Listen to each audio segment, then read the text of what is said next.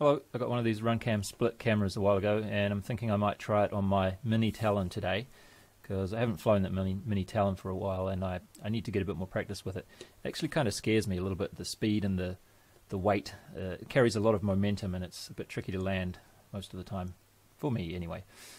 So to mount this, I've just stuck it on a piece of plywood like that, and it fits quite nicely on the front of the Mini-talon. It actually fits quite well just with Velcro, but I'm going to, just to be safe, I'm going to put a zip tie around the back and the front as well. And I kind of messed up here. I put the two pieces a little bit too close than they should be, so the bottom of the camera is actually touching on the top of there, but I think it'll be alright. And I did actually want it to be sloped slightly downwards anyway, which is what I've kind of ended up with without a choice at this point, but it'll be right. And I have a 5-volt step down regulator to run this off the battery LiPo, and the video transmitter is going to run directly off the battery LiPo, so there's 5 volts on this side of that. So let's see how it works. Alright, here we go. I can't believe how much I have to psych myself up to launch this plane. It's just the weight of it in my hand. I think it's kind of intimidating. Okay.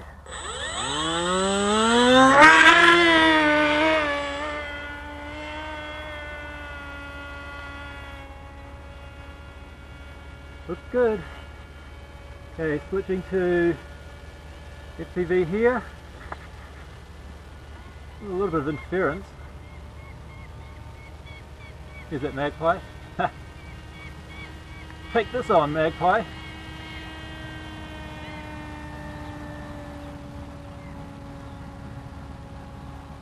Oh, it's a pretty good picture overall.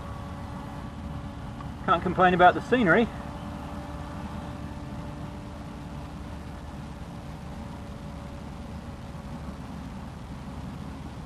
A little bit bumpy, like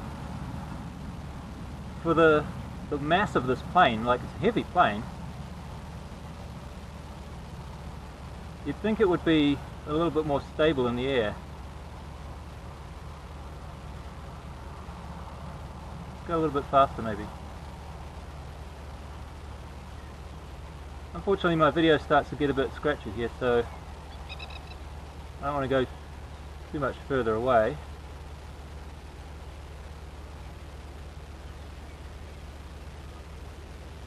Is it right? Is it any better this way? No, not really. Yeah, it's flying fine though.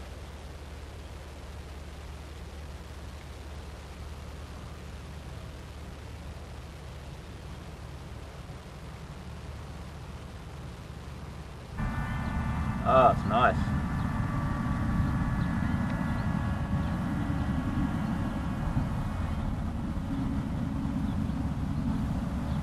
Good day for flying.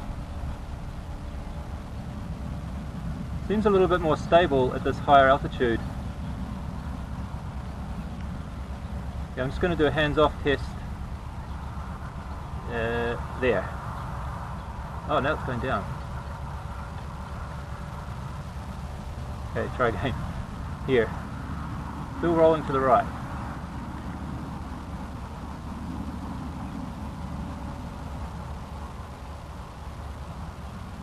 So I'm a little surprised that the video isn't a bit better at this range. It's not that far away. Probably about 900. I think that little shed just down below, just there, is about 1 kilometre. I think. So it's not like we're travelling a huge distance here, and yet the video is starting to get scratchy already. Yeah, it's definitely smoother air up there. I'm just going to take my goggles off for a second and see how high up it is. Damn, I can't even see it. It's high. Well, I'm sure I could see it if I could locate it, but I don't want to leave my goggles off for that long. Let's try again. Oh yeah, wow, it's up there. Might just try a glide here. I'm going to get the sun out of my eyes. And Okay, glide.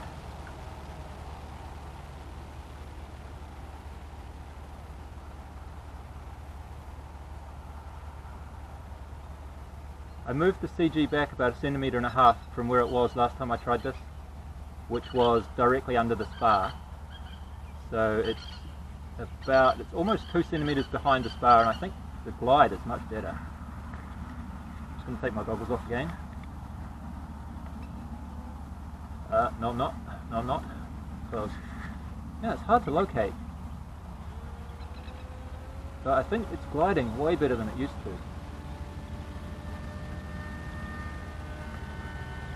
Alright, this time I should be able to locate it because I'm directly overhead.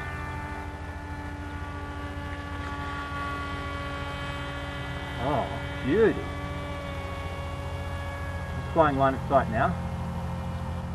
Just want to see how slow I can take it before it feels like it needs to have more throttle.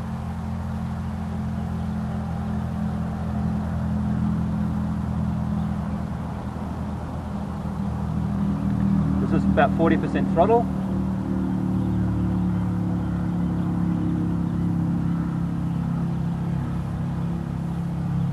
About 30% throttle. Looks fine.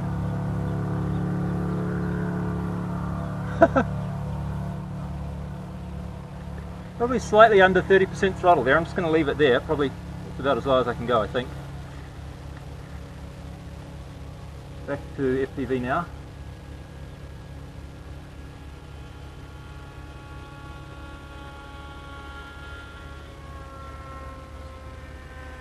Yeah, you can see these little bumps when you're looking through the FPV view, but when you look at it line of sight, it just looks rock solid.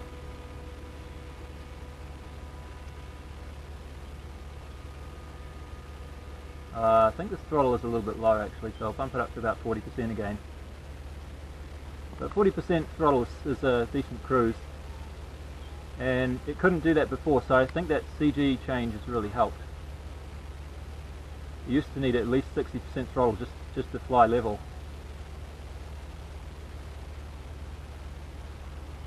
And it hasn't lost any stability, which is nice. I think I'm going to have to change my rates a lot because I'm barely moving the stick to make these changes. Like I'm moving the stick less than 1 millimeter pretty much this whole time. It's just not really manageable. But I don't really want to risk breaking something landing. What to do? If I had that autopilot on here, maybe I could change the rates while I was flying, but I don't have it on, so I can't. Let's try landing, I guess.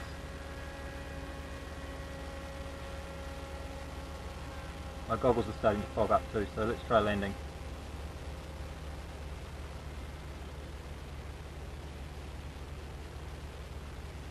Glide.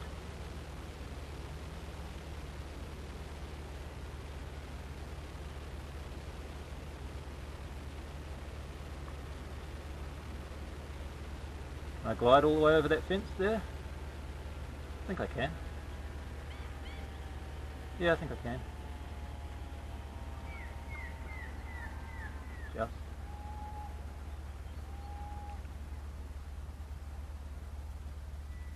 Whoa, she didn't want to stop. That was a good landing though, huh? Okay, round 2. Not so nervous this time.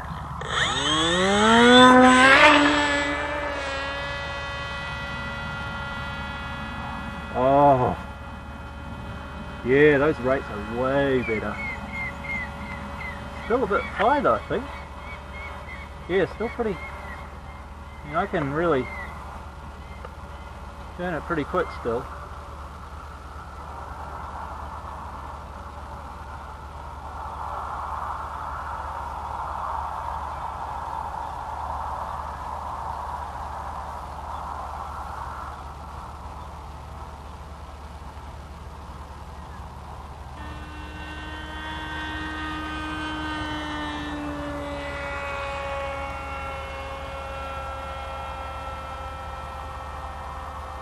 Yeah, it definitely seems bumpier close to the ground.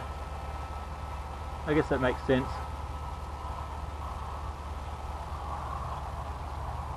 So it's not really that kind of plane though, is it?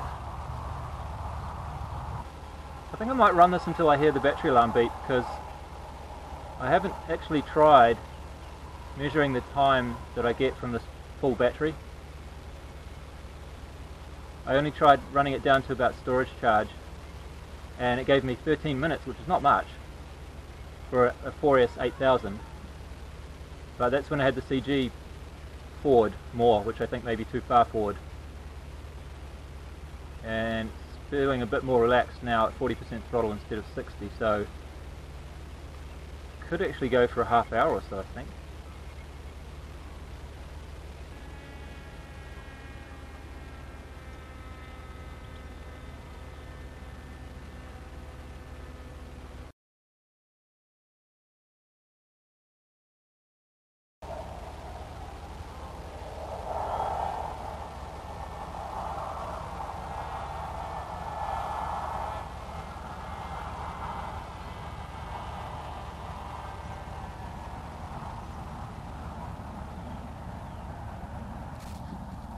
Whoops.